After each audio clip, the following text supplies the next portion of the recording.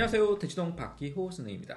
안녕하세요. 대치동 견준한 선생님입니다. 자, 이제 오늘은 우리 검정고시 특집편이죠. 네, 검정고시 학생들의 비율이 전체 수능에서 차지하는 비율이 한 3% 정도라고 알고 있는데 네 맞습니다. 몇 명 정도인가요? 네, 숫자로는 15,488명 정도고요. 비율로는 3.1% 정도를 차지하고 있습니다. 수능에 한 50만 명 지원하는데 그 중에 한 1만 5천 명 정도 그렇습니다. 검정고시생이군요. 네, 근데 그 검정고시 응시자의 비율이 쭉 매년 증가했잖아요. 네 맞습니다. 증가 추세가 어떻게 되고 있나요? 2018년에 1.87%에서 2023년에 3.1%로 꾸준히 증가하고 있는 추세입니다. 엄청나네요. 네. 네.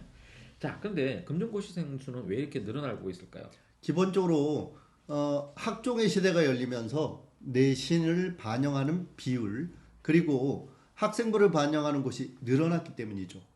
역설적으로 내신 준비가 안 되거나 또는 학생부 기록이 좋지 않은 학생들은 사실상 수시를 포기하고 일찍 정시를 준비하기 위해서 일단 네. 1학년 1학기만 되면 1학년 1학기 딱 중간고사를 치잖아요. 그렇죠. 그러면 이제 딱 자기가 이제 반에서 몇 등 한다 이게 나오잖아요. 네.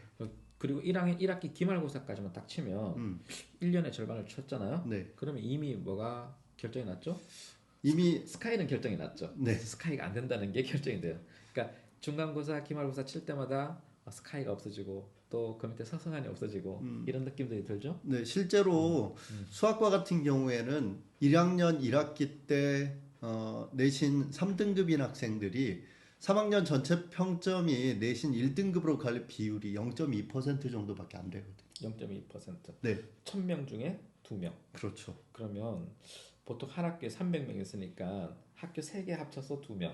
학교 한 개에서 한 명이 나오기가 힘들겠네. 네. 근데 학부모님들이 이제 이렇게 생각하시는 경우들이 있어요. 한 번 시험을 내가 잘 봐서 예를 들면 1등급이 나왔다. 근데 우리 애가 왜 1등급이 아니냐? 그건 3학년 전체 평점을 놓고 했을 때는 그렇게 성적을 한꺼번에 끌어올리기가 쉽지 않기 때문이죠. 그렇죠. 1학년 때 벌써 4번을 시험을 쳤잖아요. 네. 2학년 때 4번을 시험 쳤죠. 네. 3학년 때 2번 시험 잘 친다고 해서 달라지는 건 없죠. 그렇죠. 그래서 이제 눈치가 빠른 학생들, 학부모님들은 1학년 딱 기말고사 치면 그냥 이미 알고 계시죠. 네, 그리고 자퇴를 합니다. 네. 그죠? 네. 그리고 자퇴도 보통 2학년 1학기 전에 해야 되잖아요. 네. 그러니까 7월달 이전에 해야 고3 나이 때 검정고시를 볼 수가 있는 거죠. 네. 고3 3월달에 검정고시를 볼 수 있으니까. 네, 그런데 검정고시라고 해서 무조건 좋은 건 아니고요. 다 장단점이 있죠. 그렇죠. 네. 자, 일단 검정고시생들이 우리 학종이나 교과는 지원할 수 있나요? 지원은 기본적으로 교과는 안 되고요.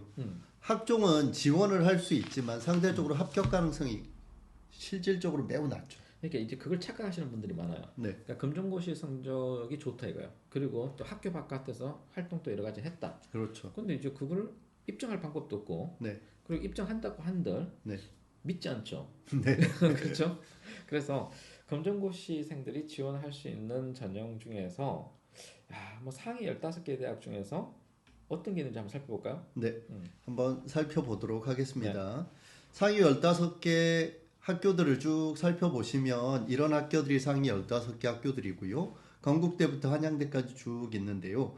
이 중에서 기본적으로 요 3개 전형이 있습니다. 서울대 직윤, 연세대 국제형 국내고, 한양대 일반 이 3개 전형은 검정고시 출신이 지원할 수 없고요. 네, 학종인데 지원할 수 없다. 네. 그리고 이제 고려대, 서울대, 서울시립대는 인문계 논술 전형이 존재하지 않습니다. 자연계는 칠 수 있고 네. 고대하고 서울대는 논술이 없고요. 그렇죠? 네, 맞습니다. 고대는 내년에 논술 본다는 이야기가 있습니다. 네. 네, 다시 그리고 부활된답니다. 네. 그리고 검정고시 출신은 기본적으로 교과를 제외하고 모두 지원은 됩니다. 지원은. 그렇지만 실질적으로 합격 가능성이 크지 않다는 거고 내신이 특히 학생부 기록이 없기 때문에 불리함이 있는 거죠. 특히 학종에서는 유일하게 불리함이 없는 전형이 논술 전형이죠. 왜냐하면 논술 전형은 기본적으로 논술 점수를 환산한 비교 내신을 적용하기 때문입니다. 정시로도 지원할 수 있는데 네. 이제 검정고시생들이 검정고시를 잘 봤다고 해서 수능을 잘 보는 건 아니잖아요. 그렇죠. 수능과 검정고시는 레벨 차이 때문에 그래요. 네. 그러니까 검정고시 레벨이 훨씬 낮아요. 그러니까 착각하는 게 검정고시 막 상위 1%다 이렇게 생각하시는데 그렇다고 해서 그게 수능 1%는 아니거든요. 수능 1등급 택도 없어요. 그죠? 네. 아예 안 되는 겁니다. 그래서 착각하시면 안 됩니다. 네. 따라서 수시 최대 모집 정원이 있는 곳은 학종이지만 사실상 현실적으로 검정고시 학생들이 수시를 준비한다라고 하면 결국 논술밖에 없다. 이렇게 말씀드릴 수 있겠습니다. 네. 유리천장이 존재한다는 거죠. 네. 네. 따라서 수시 학종은 사실상 있긴 하지만 점점 더 어려워지고 있죠. 특히 올해 같은 경우에는 자소서를 폐지해 버렸기 때문에 그렇죠. 네. 자소서 전면 폐지죠. 네. 따라서 자소서를 전면 폐지했기 때문에 사실상 검정고시 학생들의 어필할 수 있는 통로를 막아버렸다 이렇게 생각할 그러네요. 수도 있습니다. 걔네들은 학생부도 없으니까. 네. 그래서 뭐 아무것도 안 되겠네. 네. 사실상 학종도 게임 끝. 네. 네. 따라서 학종에서 사실 수능 최저를 적용하느냐 적용하지 않느냐 이 문제가 아니라 기본적으로 자소서가 없어졌다는 건 검정고시 학생들의 많은 어필 가능성을 막아버렸기 때문에 학종은 사실상 많은 학생을 뽑고 지원할 수도 있지만 어렵다 이렇게 생각하시면 될 것 그럼 같습니다. 특기 전형에서 실기 전형은 가능할 수도 있을까요? 네, 한번 그런 전형들을 쭉 살펴볼 텐데요. 네. 그 전에 먼저 수시 논술 전형을 한번 살펴보도록 하겠습니다. 네. 수시 논술 전형은 13개 학교에서 4,326명을 뽑는데요. 꽤 많은 인원이죠, 당연히.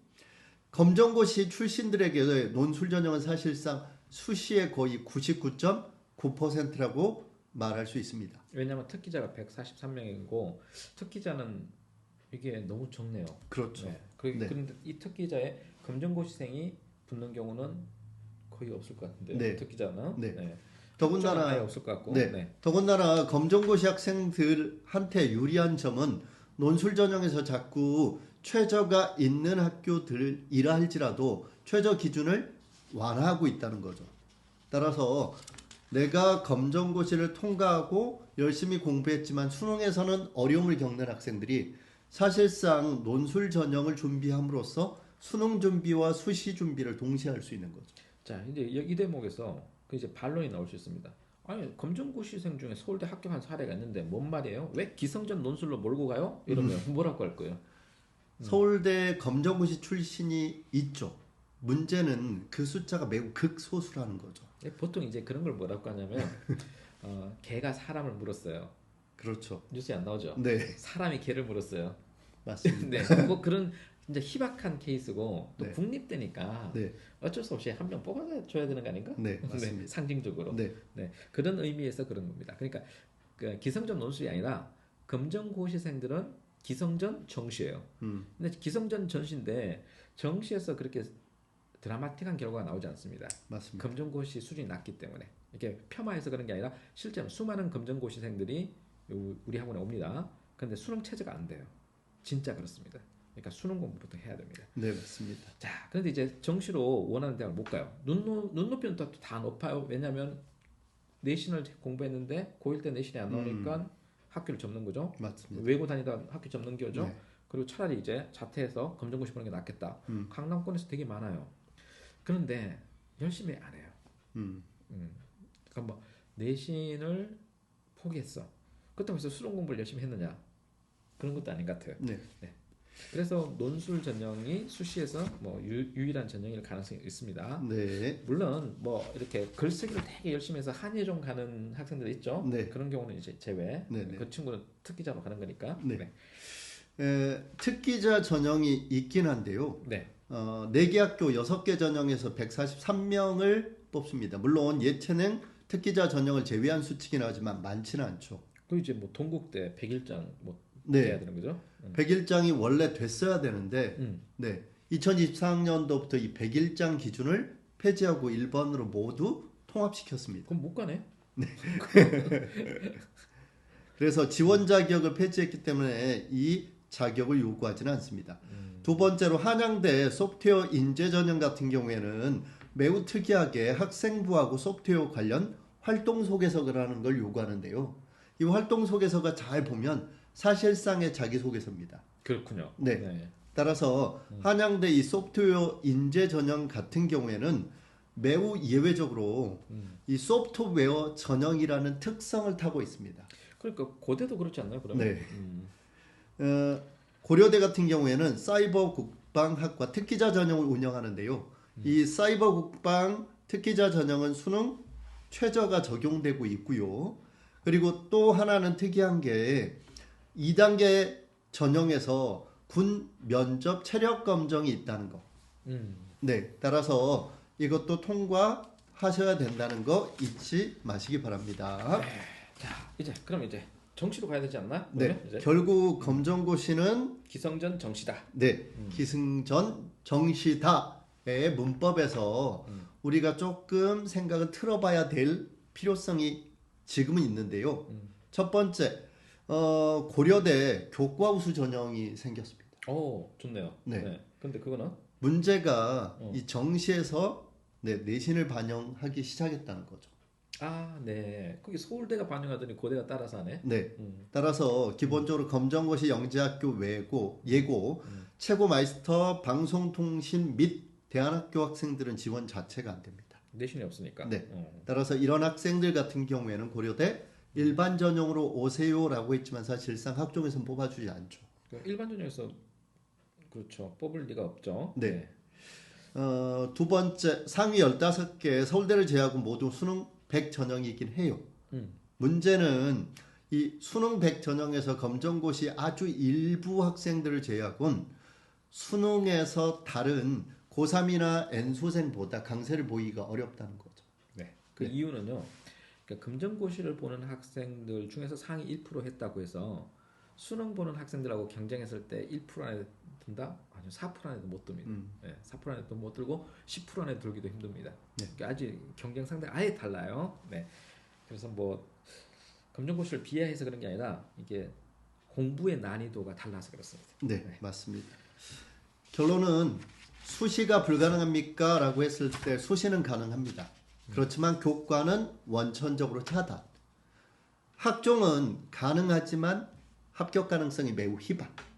그렇다면 유일하게 검정고시에 불이익을 주지 않는 전형은 뭐냐? 그건 바로 논술이다. 결론은 수시는 논술이고 검정고시생들은 수시는 논술, 그 다음에 정시는 수능. 그렇죠. 이렇게 가는 수밖에 없네요. 네.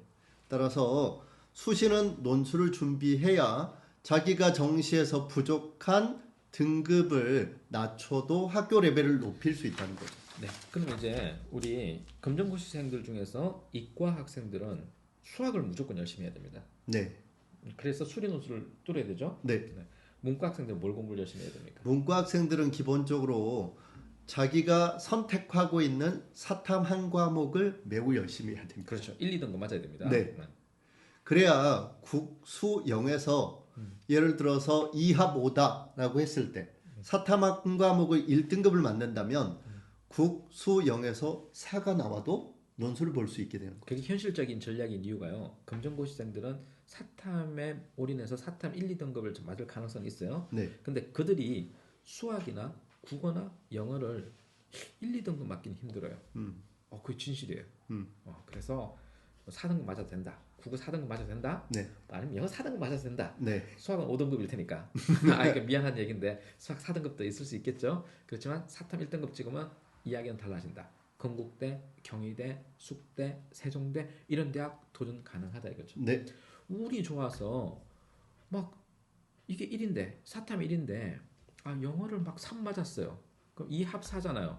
외대가 돼요. 외대가. 그죠? 네. 한번 도전해 보시기 바랍니다. 자, 오늘 우리 검정고시에 대해서 자료를 수집하시느라고 우리 변준환 선생님 고생 많이 하셨습니다. 네. 감사합니다.